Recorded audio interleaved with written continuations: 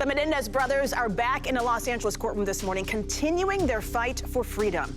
This resentencing hearing was previously delayed by the judge in order to give the Los Angeles County DA Nathan Hochman time to review, quote, over tens of thousands of pages of trial transcripts from 2 months long trials, thousands of pages of prison records, and hundreds of hours of videotaped trial testimony. A lot to go through. The DA is opposing their resentencing. The Menendez brothers and their lawyers are pushing forward anyway.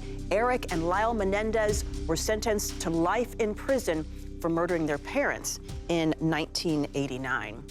Well, joining me now is criminal defense attorney, former prosecutor, and host of the Courtroom Confidential on YouTube, Joshua Ritter. Joshua, good morning to you. Kind of walk us through what we can expect at today's resentencing hearing.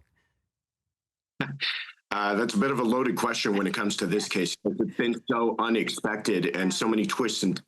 But here's what I would say. We are in a much different place now than we were maybe even a couple months ago. And had you asked me that question, I would have said that I think they have a very good chance of being resentenced. But today it's very different because Nathan Hochman has pulled a 180 in the DA's office. Now, he's changed the decision made by his predecessor, and he has withdrawn the DA's support of their resentencing. And that puts the judge, who's ultimately going to be the one to decide, in a very tough position, because now you have the prosecution saying, we don't think this is appropriate. We don't think that they meet certain standards. We don't think that they've shown the proper amount of acceptance of responsibility for their actions. And so therefore, we don't support resentencing. Now, on the other side, you still do have the defense. You still do have all of the surviving family members of the victims in this case supporting their release.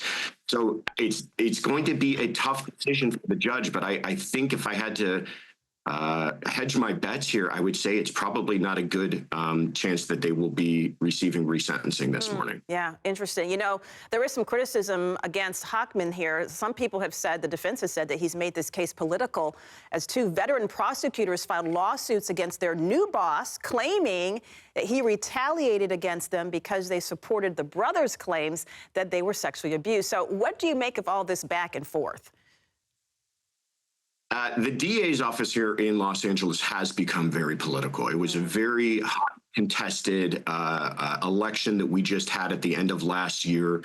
Nathan Hochman is a real change in the atmosphere and in the direction of the office, and he's undoing a lot of what his predecessor had done. And so it's understandable that they would point towards that and say, hey, this is all a political decision. But he's also taken great pains, and by that I mean Nathan Hochman has, to explain legally why he has taken this position. And ultimately, end of the day, what he's saying is we need to stand by the jury's verdict. They made a decision 30 years ago. There's no legal reason to overturn that.